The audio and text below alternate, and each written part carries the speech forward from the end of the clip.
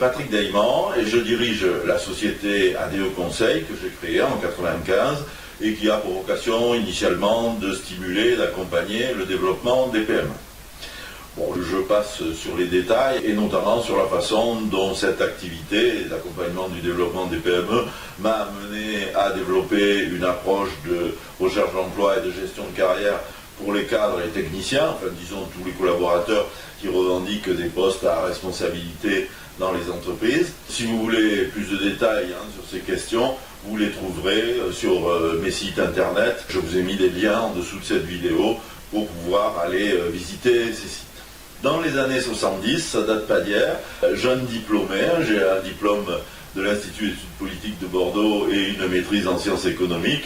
J'ai fait comme tous les jeunes diplômés, je suis allé au-devant des entreprises, j'ai répondu à des offres d'emploi afin d'essayer de trouver un job. Et là, je me suis rendu compte que chercher un emploi selon les méthodes classiques, ça n'était pas une sinécure, que le rapport que les entreprises entretiennent avec les candidats dans le cadre de leur procédure de recrutement est totalement inégalitaire. Bon, bref, ça m'a pas plu, j'avais sans doute pas l'échine assez souple et j'ai donc décidé d'entreprendre une carrière d'entrepreneur. Ce que je n'ai jamais regretté d'ailleurs, parce que ça m'a permis grosso modo de faire à peu près ce que je voulais, ce que je souhaitais faire tout au long de ma carrière. Là encore, vous trouverez plus de détails sur mes sites. Dans les années 80, j'ai rencontré Bernard Paoli, le créateur de BPI. BPI, pour ceux qui ne connaissent pas, c'est le leader français en matière d'accompagnement des restructurations, de reclassement collectif et d'emplacement individuel. Et j'ai créé la filiale sur le quart sud-ouest de la France du groupe BPI, dont j'étais actionnaire. J'ai dirigé cette filiale pendant un peu moins de 10 ans et en 1995, j'ai décidé de quitter le groupe. J'ai revendu ma participation au groupe et donc j'ai créé ADE Conseil. Voilà, je n'en dis pas plus. Maintenant, je vais vous parler de la méthode SPGC, qui est une méthode originale de recherche d'emploi et de gestion de carrière pour les cadres et les techniciens. Donc, allons-y. Alors pour commencer, il faut dire quelques mots sur la situation actuelle du marché du travail pour les cadres et les techniciens, qui n'est malheureusement pas très bonne, notamment pour certaines catégories de collaborateurs, les seniors bien entendu, qui lorsqu'ils ont la malchance de perdre leur emploi aux alentours de 50 ans, voire même avant dans certains cas, ont les pires difficultés à retrouver un emploi satisfaisant, en tout cas en répondant aux offres d'emploi. Les jeunes diplômés, bien sûr, qui, lorsqu'ils n'ont pas les bons diplômes, les diplômes particulièrement cotés, recherchés par les entreprises, c'est-à-dire beaucoup de jeunes diplômés de l'université, par exemple, qui mettent des mois, voire des années avant de trouver un emploi stable, qui ne correspond pas toujours, pour ne pas dire pas souvent, à leurs réelles aspirations. Les profils atypiques également, entendez par là ceux qui n'ont pas eu une carrière linéaire, qui ne correspondent donc jamais au profil recherché par les entreprises, parce que les entreprises, dans le process classique de recrutement, recrutent un profil, non pas un individu. On peut en dire autant d'ailleurs de ceux qui se reconvertissent en cours de carrière, qui eux sont en proie aux mêmes difficultés que les jeunes diplômés, puisque les entreprises leur reprochent de ne pas avoir d'expérience dans leur nouvelle qualification. Alors Pôle emploi et puis les conseils en gestion de carrière en général, en recherche d'emploi, leur proposent à ces catégories en difficulté, notamment les seniors ou les profils atypiques, de créer une activité d'experts indépendants puisqu'ils n'arrivent pas à retrouver un emploi. Bon, il y a aussi ceux qui choisissent délibérément ce statut d'indépendant parce qu'ils en ont assez de subir les contraintes du salariat, mais dans les deux cas, les experts indépendants ne parviennent pas toujours, loin s'en faut, à une situation satisfaisante, que ce soit en termes de revenus ou en termes de contenu de leur activité. Et puis pour finir ce panorama un petit peu déprimant, il faut savoir que 60% des cadres et des techniciens en poste sont insatisfaits de leur emploi, que ce soit en termes de contenu des fonctions qui leur sont attribuées, ou en termes de rémunération, ou encore en termes de perspectives d'évolution, et parfois des trois à la fois. En résumé, beaucoup de collaborateurs cadres et techniciens ne sont pas maîtres de leur destin professionnel. Ils sont confrontés à de grandes difficultés, que ce soit pour trouver un emploi ou pour gérer leur évolution de carrière, dans un contexte, il est vrai, particulièrement difficile et en constante détérioration depuis plusieurs décennies. La plupart d'entre eux considèrent qu'ils n'ont pas d'autre choix que de subir cette situation et se résignent plus ou moins à une carrière professionnelle qui ne répond pas à leurs véritables aspirations. Alors le message que je voudrais faire passer à travers cette vidéo, c'est que ça n'est pas une fatalité. Si les collaborateurs souvent très qualifiés, que sont les cadres et des techniciens, ne parviennent pas à atteindre leurs objectifs d'épanouissement professionnel, la faute n'en incombe pas seulement à des facteurs extérieurs, des facteurs sur lesquels ils ne peuvent pas agir. Cela va sans doute vous surprendre, peut-être même vous choquer, mais ces collaborateurs sont également victimes de représentations, de croyances limitantes qui inhibent leur capacité d'action et donc leur capacité à maîtriser leur carrière professionnelle. Ces représentations, ces croyances limitantes, sont entretenues par les schémas classiques de recherche d'emploi et de gestion de carrière, tels que vous les propose la quasi-totalité des intervenants en la matière, qui exclut a priori toute autre forme de pensée. Il s'agit véritablement d'un phénomène de pensée unique, et deux de ces représentations, de ces croyances particulièrement pernicieuses, me paraissent ici devoir être remises en question. Alors la première d'entre elles, c'est de croire que les compétences métiers sont le facteur clé d'employabilité et de réalisation professionnelle. C'est faux. C'est faux parce que ce qui détermine réellement vos chances d'être embauché ou d'être promu si vous êtes en poste ou de vendre votre expertise si vous êtes indépendant, ce ne sont pas vos compétences métiers, mais la valeur que vous pouvez créer. Il s'agit d'un malentendu. Les entreprises s'intéressent beaucoup moins à votre profil, à vos compétences. Ce qu'elles recherchent, ce sont des collaborateurs capables de créer de la valeur. Le problème, c'est que dans les schémas classiques de recrutement, dans le cadre des entretiens de recrutement par exemple, il est strictement impossible d'anticiper la valeur que peut créer un collaborateur. C'est pour ça que les entreprises s'attachent à définir un profil et à recruter le candidat qui ressemble le mieux au profil prédéfini. Mais en réalité, ce qu'elles attendent d'un recrutement, c'est une création de valeur. Et cette valeur que vous pouvez créer est bien moins corrélée avec la détention de qualifications techniques ou de compétences métiers qu'avec ce que j'appelle les deux facteurs clés de création de valeur, à savoir votre proactivité et vos compétences transverses. Alors j'y reviendrai un petit peu plus tard dans cette vidéo. Et puis la deuxième de ces croyances limitantes, c'est de penser qu'il n'y aurait pas d'autre moyen d'obtenir un emploi ou d'évoluer professionnellement que de s'en remettre à la décision, à la bonne volonté des employeurs. Là encore, c'est une représentation totalement erronée, notamment en ce qui concerne les entreprises peu structurées, c'est-à-dire les moins de 50 salariés globalement, ou pas structurées du tout, c'est-à-dire les moins de 20 salariés. Soit au total, quand même, 98% de la population totale des entreprises françaises. Ces entreprises se caractérisent par un mode de management qui ne leur permet pas d'identifier les compétences techniques et managériales nécessaires à leur développement ou à l'optimisation de leur performance. C'est la problématique de la structuration managériale qui est au centre même de la démarche que je vais vous présenter, mais dont je n'ai pas le temps de vous faire une description détaillée. C'est la raison pour laquelle j'ai mis en dessous de cette vidéo un lien qui vous permettra d'accéder à un PDF où je décris d'une part la problématique de la structuration managériale, la façon dont elle limite la capacité des entreprises à se développer, à exploiter leur potentiel de création de valeur, et qui explique également comment et pourquoi vous pouvez vous en servir pour trouver un emploi sans répondre à une offre d'emploi ou pour booster votre évolution de carrière sans attendre que les entreprises soient demandeuses.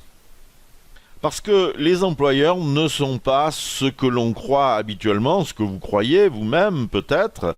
La plupart d'entre eux sont incapables d'anticiper sur la base de vos états de service, de votre CV, de votre profil, la valeur que vous pourriez créer pour eux. Et c'est d'ailleurs toute la difficulté. Alors les grandes entreprises, elles savent à peu près bien mobiliser les compétences dont elles ont besoin et puis s'en servir pour créer de la valeur. En revanche, toutes les petites entreprises ou les PME peu structurées, c'est-à-dire encore une fois 98% de la population totale, en sont incapables. C'est la raison pour laquelle elles n'émettent pas d'offres d'emploi pour un certain nombre de compétences dont elles ont objectivement besoin. Et en fait, beaucoup de PME n'émettent une offre d'emploi que lorsque un déficit de compétences dans un domaine particulier devient totalement insupportable. C'est-à-dire, bien souvent, malheureusement, quand il est trop tard. Il est donc intéressant pour vous d'être capable de faire cette péréquation à leur place, de leur démontrer la valeur que vous pourriez créer et pour postuler donc avec de bonnes chances de réussite à un emploi ou à une promotion si vous êtes en poste ou à une mission d'expertise si vous êtes indépendant, eh bien plutôt que d'essayer de vous vendre, de vendre votre profil, vos compétences, vos réalisations, votre expérience, il est très largement préférable de démontrer, projet à l'appui, comment vous pourriez résoudre leurs problématiques ou développer les performances d'une entreprise. C'est ça, la création de valeur. C'est ça qui a de la valeur pour une entreprise. C'est la résolution des problématiques ou le développement des performances, la réalisation de projets que ces entreprises ne sont pas capables de conduire par elles-mêmes. Alors évidemment, c'est une approche extrêmement efficace dans les entreprises peu structurées, puisque je vous l'ai dit, elles ne sont pas capables d'identifier ou d'exploiter les potentiels de création de valeur qui sont à leur portée. Mais il ne faut pas croire que ça ne fonctionne qu'auprès des PME peu structurées. Parce que les entreprises plus structurées, les grosses PME, les ETI, les grandes entreprises, sont également intéressées par la création de valeur. Alors comme je vous l'ai dit, elles ont plutôt tendance à décider par elles-mêmes des compétences dont elles ont besoin et donc de lancer des recrutements selon le process classique de recrutement. Mais les utilisateurs de la méthode SPGC en ont fait l'expérience. Lors d'un entretien de recrutement, eh bien le fait d'être capable de discuter de la valeur potentiellement créée par le poste, d'être force de proposition, c'est également un excellent moyen de se différencier des autres candidats qui, eux, ne songent, comme ils l'ont appris, qu'à vendre leur profil, leur expérience, leurs compétences. Et d'ailleurs, donc, les utilisateurs de la méthode SPGC, curieusement, obtiennent de bien meilleurs résultats qu'auparavant lorsqu'ils se positionnent sur des offres d'emploi. Alors il est temps maintenant de vous parler de la méthode SPGC qui constitue donc une alternative radicale aux autres approches de recherche d'emploi et de gestion de carrière. Et pour commencer, je vais vous expliquer ce que signifie le sigle SPGC. Alors le S signifie stratégie, c'est effectivement une approche stratégique, c'est-à-dire que on se fixe des objectifs et on détermine la meilleure façon de convaincre nos interlocuteurs de souscrire à nos propositions afin de nous permettre d'atteindre nos objectifs. La stratégie, ça consiste à prendre en compte les éléments du contexte et notamment les enjeux de nos interlocuteurs et de s'appuyer sur ces éléments pour atteindre nos objectifs. Le P signifie proactive, c'est une démarche proactive. Alors la proactivité, en quelques mots, c'est quoi ? Eh bien, c'est la capacité à créer les opportunités dont on a besoin pour atteindre ses objectifs. La réactivité, ça consiste à savoir saisir les opportunités quand elles se présentent, alors que la proactivité, ça va plus loin, ça permet de créer les opportunités dont on a besoin donc pour atteindre ses objectifs. Et puis enfin, GC, ça signifie de gestion de carrière, parce que, comme je vous l'ai dit, la méthode SPGC ne permet pas seulement de retrouver un emploi, mais elle permet également de développer une activité indépendante ou d'obtenir les promotions auxquelles on aspire au sein de l'entreprise dans laquelle on est déjà en poste. Et cette approche est basée sur un postulat aussi simple qu'opérationnel, qui peut se formuler de la sorte: un emploi, au sens large de collaboration, n'est que la contrepartie d'une création de valeur qui le justifie. Autrement dit, si vous voulez obtenir un emploi, une promotion, une mission d'expertise, il convient tout simplement de démontrer que la valeur que ça va créer est très supérieure au coût que ça va entraîner. Et si vous parvenez à faire cette démonstration, vous avez les meilleures chances d'atteindre votre objectif. Alors pour illustrer ce propos, on peut schématiser le process de mobilisation des compétences par les entreprises. Et voilà comment ça se déroule. Au départ, il y a un potentiel de création de valeur qui pourrait justifier un poste, un poste correspondant à vos compétences par exemple, mais ce potentiel de création de valeur n'est pas identifié, donc il ne se passe rien. La première étape pour que ça débouche sur quelque chose, il faut que l'entreprise en question prenne conscience de l'existence de ce potentiel. Et une fois qu'elle en a pris conscience, qu'est-ce qu'elle doit faire? Elle doit évaluer le potentiel, le valider dans un premier temps, et puis peut-être prendre la décision de l'exploiter si elle considère qu'il est intéressant de le faire. Et puis qu'est-ce qu'elle va faire? Elle va construire un projet d'exploitation, elle va baliser le chemin, les étapes de l'exploitation de ce potentiel. Ce faisant, elle va peut-être se rendre compte dans un certain nombre de cas qu'elle ne dispose pas des compétences requises en interne ou que ces compétences existent peut-être mais qu'elles ne sont pas disponibles pour se consacrer au projet. Dans ce cas, l'entreprise décidera alors de remédier à ce manque de compétences par un recrutement. Il y a d'autres façons de le faire, de mobiliser une compétence, et ça peut être former quelqu'un qui est déjà en poste, ou nouer un partenariat avec une autre entreprise, une autre entité qui détient déjà ces compétences. Mais dans un certain nombre de cas, donc, les entreprises vont décider de recruter. Et si elles le font, la première chose qu'elles vont faire, c'est de définir un profil du candidat idéal en termes d'âge, de diplôme et d'expérience. Et là, malheureusement, si vous ne correspondez pas à ce profil en termes d'âge, de diplôme ou d'expérience, alors même que vous seriez capable d'exploiter le potentiel et de créer la valeur attendue, vous êtes éliminé du processus. Et puis ce qui se passe par la suite, vous le savez parfaitement, il y a le marché caché d'abord, c'est-à-dire que ces entreprises vont peut-être aller sur les réseaux sociaux, examiner les candidatures spontanées, faire jouer le bouche à oreille ou les prescriptions, et si ça ne donne pas de résultat, elles vont émettre une offre d'emploi ou un appel à proposition si elles souhaitent faire intervenir un expert indépendant. Et puis ensuite, ça va être le schéma classique de recrutement. Elles vont trier les réponses, les candidatures. Elles vont convoquer un certain nombre de candidats avec lesquels elles vont avoir un premier entretien, puis peut-être avec certains d'entre eux un second ou un troisième ou un quatrième entretien. Et finalement, elles vont retenir 2 ou 3 finalistes, puis choisir un candidat parmi eux.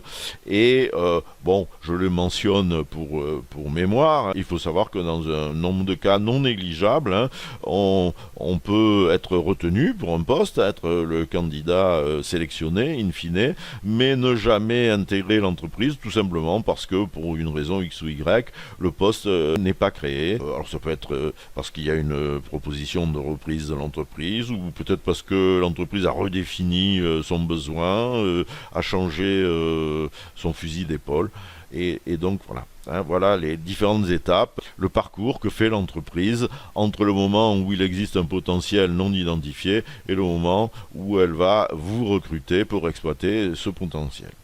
Alors, si on regarde maintenant la colonne de gauche, on s'aperçoit que si vous êtes un candidat classique, c'est-à-dire si vous exploitez le marché caché de l'emploi, vous allez rentrer dans le processus à cette étape et pas avant. Et puis si vous êtes un candidat classique et si vous répondez à une offre d'emploi, vous rentrez dans le processus à l'étape suivante. Voilà. En revanche, un candidat qui est capable de permettre à une entreprise d'identifier un potentiel qu'elle-même n'a pas identifié, c'est ce que font certains candidats SPGC, elle va rentrer à la première étape de ce process. Et puis le candidat SPGC, encore lui, peut également intervenir quand l'entreprise a déjà pris conscience d'un potentiel, mais qu'elle ne l'a pas validé. Il peut intervenir pour aider l'entreprise à valider ce potentiel.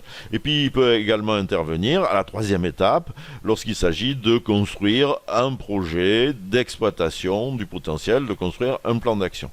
Donc vous voyez que le candidat SPGC intervient dans les premières phases du process, et surtout, gros avantage, il intervient en amont de la définition du profil, et il squeeze même la définition du profil. C'est-à-dire qu'à partir du moment où vous démontrez à une entreprise que vous seriez capable d'exploiter un potentiel de création de valeur de manière efficace et de manière productive, en créant véritablement la valeur attendue par l'entreprise, votre profil devient totalement indifférent, tout simplement parce que l'entreprise ne se pose même pas la question.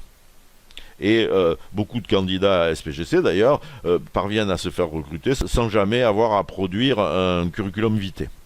Alors, pour les seniors, pour les profils atypiques, voire pour certains jeunes diplômés qui n'auraient pas l'expérience requise s'ils avaient laissé l'entreprise définir son besoin en termes de profil, eh bien, c'est évidemment un avantage majeur.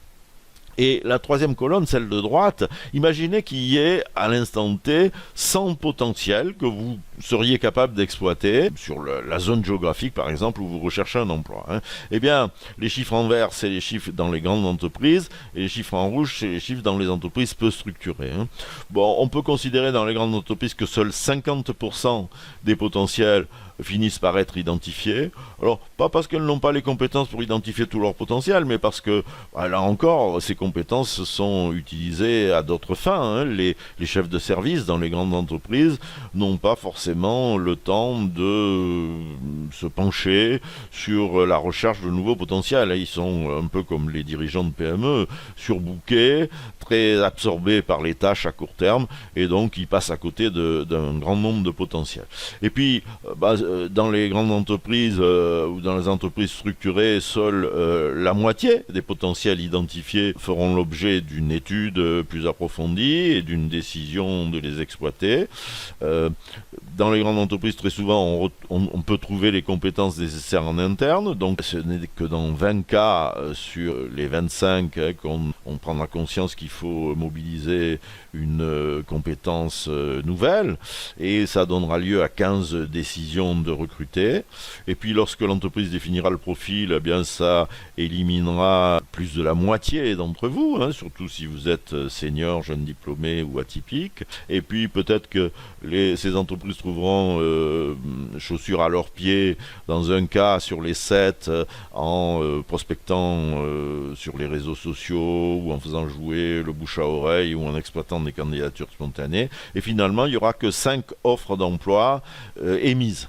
Et puis, compte tenu de la déperdition des opportunités dans le cadre du processus classique de recrutement, finalement, vous avez 0,12 chances sur les 100 potentiels de départ d'être celui que l'entreprise va recruter. Et dans les petites entreprises, la déperdition est beaucoup plus grande, tout simplement parce que seuls 20% des potentiels sont réellement identifiés, en raison du déficit de compétences managériales des dirigeants des PME, le problème de la structuration managériale dont je vous ai parlé. Finalement, je passe les détails, mais il y aura seulement 2 offres d'emploi émises, et puis vos chances d'être recruté, in fine, sont de 0,04% potentiel non identifiés que vous auriez pu exploiter. Voilà. Donc vous voyez qu'il y a une très grosse déperdition et qu'évidemment la démarche consistant à essayer d'identifier des potentiels que les entreprises n'ont pas identifiés ou à les aider à valider ces potentiels ou à les aider à construire le projet d'exploitation de ce potentiel quand elles ne parviennent pas à le faire, soit parce qu'elles n'ont pas les compétences, soit parce qu'elles n'ont pas le temps, cette démarche vous donne un très gros avantage en nombre de potentiels exploitables par rapport à ceux qui se contentent d'utiliser les méthodes de recherche d'emploi classiques. Cette analyse du process de mobilisation des compétences par les entreprises, qu'on vient de voir, détermine donc l'existence d'un marché que je qualifie de latent, de l'emploi et de la collaboration non salariée. Ce marché latent est constitué de toutes les opportunités de créer de la valeur qui ne sont soit pas identifiées, soit pas exploitées par les entreprises. Donc vous voyez, c'est totalement différent du marché dit caché. Il s'agit bien d'un marché différent, le marché latent, qui est constitué de toutes les opportunités, donc de créer de la valeur, pas identifiés ou pas exploités par les entreprises. Et évidemment, qui ne débouchent donc pas sur des offres d'emploi ni sur des demandes d'expertise pour ce qui concerne les indépendants. Et puis, il existe également une sorte de marché latent pour les collaborateurs en poste, puisque, eux, ils vont rechercher des opportunités inédites de création de valeur au sein de l'entreprise dans laquelle ils sont déjà, et c'est ça qui va leur permettre d'obtenir les promotions auxquelles ils aspirent, sans devoir attendre que leur hiérarchie se dise, tiens, il est bien ce collaborateur, on va lui proposer de conduire le projet de création de valeur qu'on a identifié, qu'on a décidé d'exploiter. Vous l'avez probablement compris, sans que j'ai besoin de vous l'expliquer, mais le fait de se positionner sur ce marché latent de l'emploi ou de l'expertise a un certain nombre d'avantages pour les collaborateurs. Le premier, c'est qu'ils n'ont plus besoin d'attendre les opportunités puisqu'ils les créent. En recherche d'emploi, par exemple, les candidats n'ont plus besoin d'attendre que l'entreprise ait émis une offre d'emploi ou en tout cas une intention de recruter, parce que toutes les entreprises ont des potentiels non identifiés, ce qui détermine le marché latent. Évidemment, si vous intervenez avant l'émission d'une offre d'emploi, eh bien, vous n'êtes plus en concurrence avec quiconque. Votre réussite dépend simplement de votre capacité à réellement démontrer que ça crée une valeur intéressante pour l'entreprise. Et puis, dès lors qu'on démontre qu'on va créer cette valeur, je vous l'ai dit, on squeeze la définition du profil, et donc votre profil devient très secondaire, il n'y a pas besoin de CV, en vertu du fait que ce que recherchent les entreprises, c'est de la création de valeur et non pas des compétences, et que dans la mesure où, dans la démarche, vous démontrez que vous allez créer réellement une valeur très supérieure au coût que va entraîner l'exploitation du potentiel, eh bien, votre profil devient très secondaire, pour ne pas dire anecdotique. Et puis, autre avantage, c'est qu'en construisant par vous-même le projet d'exploitation du potentiel, vous définissez votre mission, vous définissez le contenu de votre poste. Et si d'ailleurs cette mission ne vous convient pas, ne correspond pas à vos aspirations, vous passez votre chemin, puis vous allez essayer d'identifier un autre potentiel dans une autre entreprise ou dans la même entreprise, afin de vous positionner sur un poste ou une mission qui correspond à ce que vous avez envie de faire. Évidemment, en matière de définition de mission, on n'est jamais si bien servi que par soi-même. Et puis, dernier avantage, non des moindres, évidemment, on est dans la mesure où on apporte une valeur inédite à l'entreprise, que l'entreprise n'aurait pas su créer sans nous, on est dans un rapport de force très favorable pour négocier. D'ailleurs, dans la méthode SPGC, très souvent, on ne se positionne pas en candidat, mais on fait en sorte que l'entreprise nous propose une collaboration. Et évidemment, là aussi, quand on n'est pas demandeur et qu'on met l'entreprise en position de demandeur, on est dans une position extrêmement favorable pour négocier. Et puis, c'est également le cas parce que vous avez déterminé la valeur créée. Et donc, vous pouvez demander à l'entreprise de vous octroyer un statut et une rémunération en rapport avec la valeur que vous allez créer. Un des gros avantages de cette approche, c'est que c'est une approche gagnant-gagnant. Vous apportez un surcroît de création de valeur inédit, ou en tout cas que l'entreprise n'aurait pas su exploiter sans vous, et donc c'est du gagnant-gagnant. C'est-à-dire que vous revendiquez certes une rémunération intéressante pour ce poste ou pour cette mission, mais en contrepartie, vous apportez à l'entreprise une valeur qu'elle n'aurait pas pu obtenir sans votre intervention. Et donc, on est dans un schéma gagnant-gagnant. Et croyez-moi, ça change beaucoup de choses en termes de rapport entre l'entreprise et le candidat, entre guillemets, et le collaborateur, et ça positionne les collaborateurs qui font cette démarche de manière très différente d'un collaborateur classique aux yeux du dirigeant. Alors maintenant, je sais, la question que vous vous posez, c'est oui, mais d'accord, mais c'est bien gentil, c'est bien joli, d'accord, je comprends le principe, je comprends l'intérêt de tout ça, mais comment on fait, quoi ? Je vois pas comment c'est possible d'atteindre cet objectif de trouver un emploi ou de vendre une mission ou d'obtenir une promotion en faisant à la place de l'entreprise la démonstration de la valeur que ça peut créer. Comment on peut s'y prendre et est-ce que je vais être capable de faire ça ?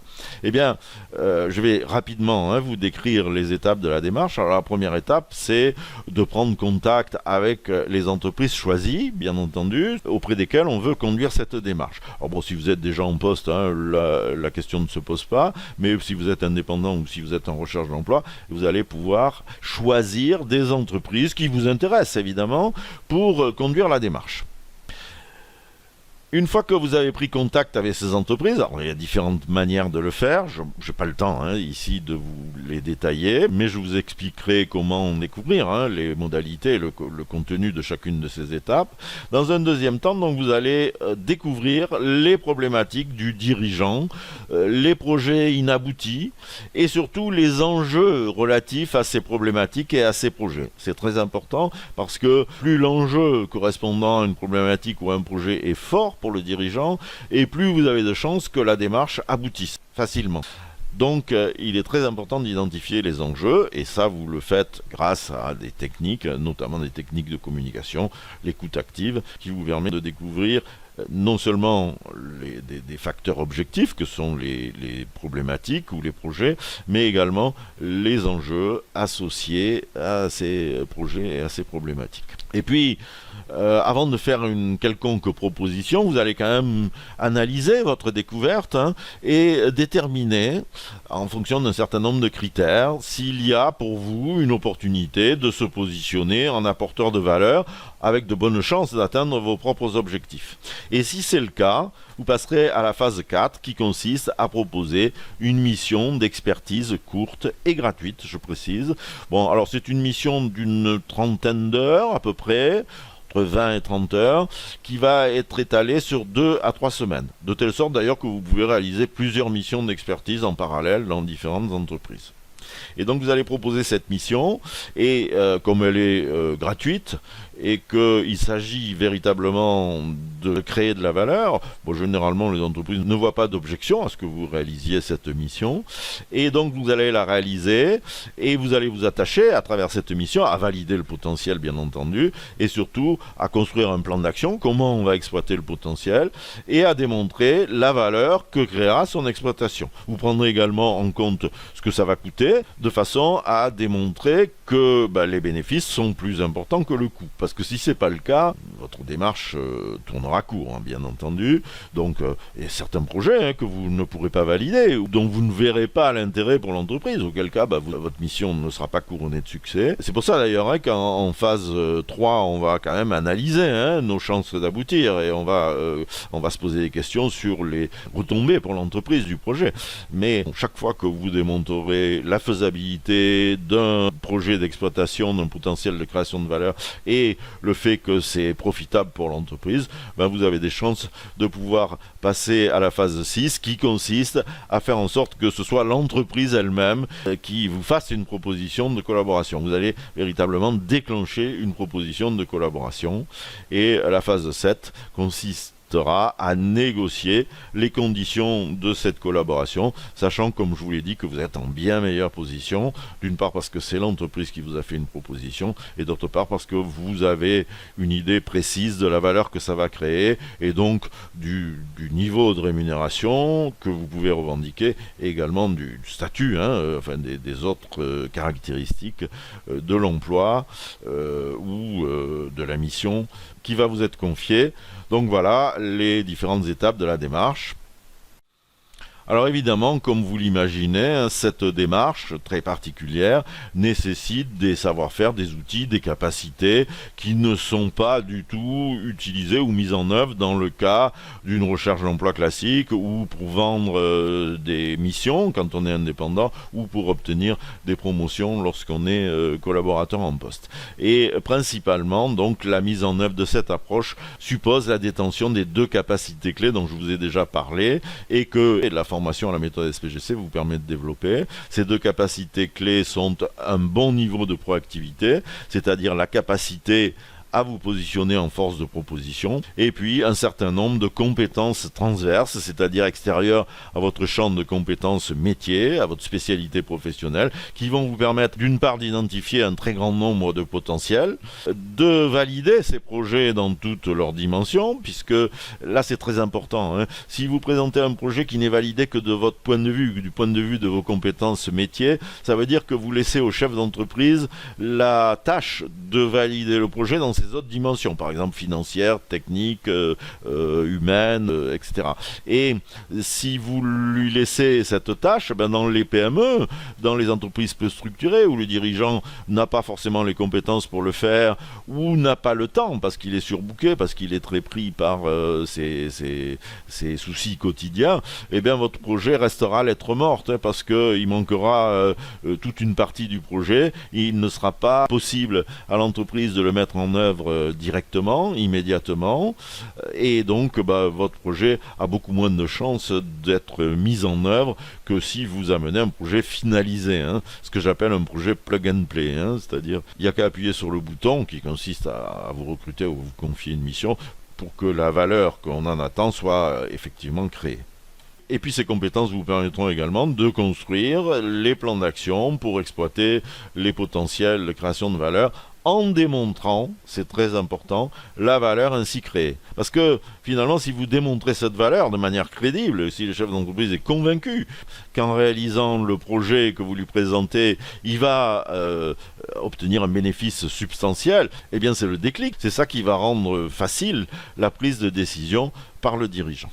Alors je sais que cette présentation, déjà trop longue, sans doute, vous laisse un petit peu sur votre faim. Vous vous dites, bon d'accord, on a les différentes étapes de la démarche, mais en réalité on ne sait pas très bien comment ça se déroule. Alors si vous voulez en savoir plus sur la question, je vous propose dans un premier temps d'acquérir le livre « Trouver l'emploi que vous souhaitez sans répondre à une seule offre d'emploi » qui s'adresse bien entendu aux chercheurs d'emploi, mais aussi aux indépendants. Il en existe une version spécifique pour les collaborateurs en poste sous forme de PDF. Donc ce livre, vous pouvez le commander sur mon site. Je vous donnerai un lien en dessous de cette vidéo. Vous pouvez l'avoir en version papier. Je vous l'enverrai par la poste pour 35 € ou en version PDF avec un téléchargement immédiat au prix de 29 €. Et puis après avoir lu ce livre, ou peut-être avant même de l'avoir lu, vous pouvez souhaiter vous former à la méthode SPGC. Dans ce cas, sachez qu'elle existe en différentes versions en fonction de vos objectifs. Donc il y a la version recherche d'emploi, il y a la version indépendant, il y a la version collaborateur en poste, et il y a une version créateur ou dirigeant d'entreprise. Et qu'il y a 2 niveaux de formation.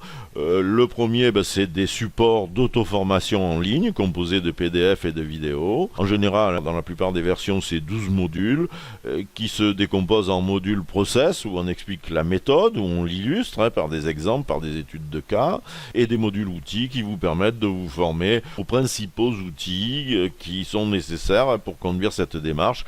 Outils, je vous l'ai dit, d'identification de potentiel, de construction de projet, de validation et de valorisation des projets. Et 2 à 3 fois par an, j'organise des sessions de formation accompagnées dont les participants bénéficient évidemment des supports d'auto-formation précédents, mais en plus de séances régulières de coaching en ligne, ce qui me permet de les aider à résoudre les problèmes qu'ils rencontrent ou à faire des propositions de missions qui ont le maximum de chances d'être acceptées, ou à réaliser ces missions, voire même à préparer la négociation de leur contrat de travail ou de la mission qu'ils souhaitent vendre aux entreprises auprès desquelles ils se sont positionnés. Voilà. Dans les 2 cas, les résultats sont excellents, puisque généralement, les utilisateurs qui s'impliquent réellement dans la démarche, parce que ça ne se fait pas tout seul, ont des résultats tangibles, des missions d'expertise ou des opportunités de collaboration très rapidement, dans les 2-3 mois. Donc avant même la fin de l'apprentissage de l'ensemble des modules. Donc c'est effectivement une démarche extrêmement productive pour les raisons que je vous ai expliquées. Voilà, cette vidéo est maintenant terminée. Je vous remercie de l'avoir suivi jusqu'au bout, d'autant que, j'en ai conscience, cette vidéo est un peu longue, mais j'avais beaucoup d'informations à vous communiquer. En dessous de cette vidéo, vous pourrez trouver, alors d'une part, le lien vers le PDF « Pourquoi les petites entreprises ont-elles tant de mal à se développer ?», qui décrit de manière très précise la problématique de la structuration managériale, qui est au centre de la logique, de la méthode SPGC, et vous permet de bénéficier de ses avantages. Vous trouverez également des liens vers les 2 sites consacrés à la méthode SPGC, un orienté recherche d'emploi, cadre et technicien bien sûr, un autre plutôt orienté sur les applications en gestion de carrière, c'est-à-dire le développement d'une activité indépendante, la recherche de promotion au sein de l'entreprise dans laquelle on travaille déjà, ou la création et le développement de votre entreprise. Et puis, vous aurez également un lien vers la page qui décrit notre offre promotionnelle de support et de formation. Je vous invite à visiter cette page rapidement parce que certaines de ces offres sont limitées dans le temps, notamment celles qui concernent les supports d'auto-formation en ligne. Et enfin, vous trouverez également un champ commentaire dans lequel je vous invite, c'est très important pour moi, à poster vos commentaires, vos questions, les réflexions que vous inspire le visionnage de cette vidéo. Encore une fois, merci et à très bientôt.